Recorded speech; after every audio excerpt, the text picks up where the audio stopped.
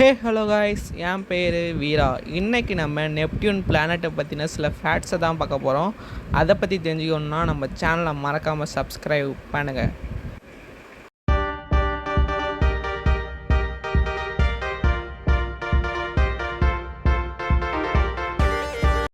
இந்த கிரகம் தான் நம்ம சூரிய குடும்பத்திலே 4வது மிகப்பெரிய கிரகமாக இருக்குது. இந்த பிளானட்டை ஐஸ் ஜெயிண்ட் பிளானட்னு சொல்லுவாங்க.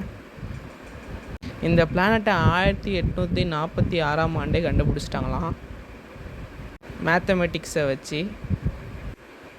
இந்த நெப்டியூன் தான் நம்ம சூரிய குடும்பத்திலே கோல்டஸ்ட் பிளானட்டாக இருக்குது. இந்த பிளானட்டுக்கு மொத்தம் 14 நிலவுகள் இருக்கதா சொல்கிறாங்க. இந்த பிளானட்டோட அட்மாஸ்பியர் ஹைட்ரஜன், மீத்தேன், ஹீலியம்னால் உருவானதான்.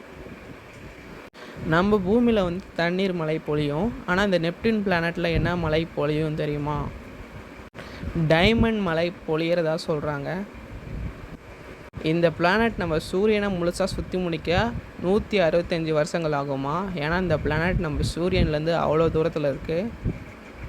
இந்த பிளானட் தான் நம்ம சூரிய குடும்பத்திலே 8வது கிரகமாக இருக்குது. நம்ம சூரிய குடும்பத்திலே இந்த பிளானட்டு தான் மிகப்பெரிய சோலார் விண்டு அடிக்கிறதா சொல்கிறாங்க. நம்ம சேட்டன் பிளானட்டுக்கு இருக்க மாதிரி இந்த பிளானட்டுக்கும் ரிங் சிஸ்டம் இருக்கதா சொல்கிறாங்க. அந்த ரிங் சிஸ்டம் ஃபுல்லாகவே ஐஸாலே உருவானதுன்னு சொல்கிறாங்க.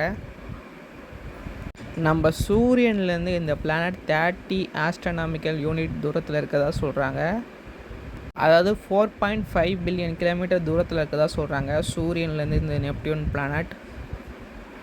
இந்த பிளானட்டை ஸ்மால் கேஸ் ஜெயிண்ட் பிளானட்னு சொல்கிறாங்க.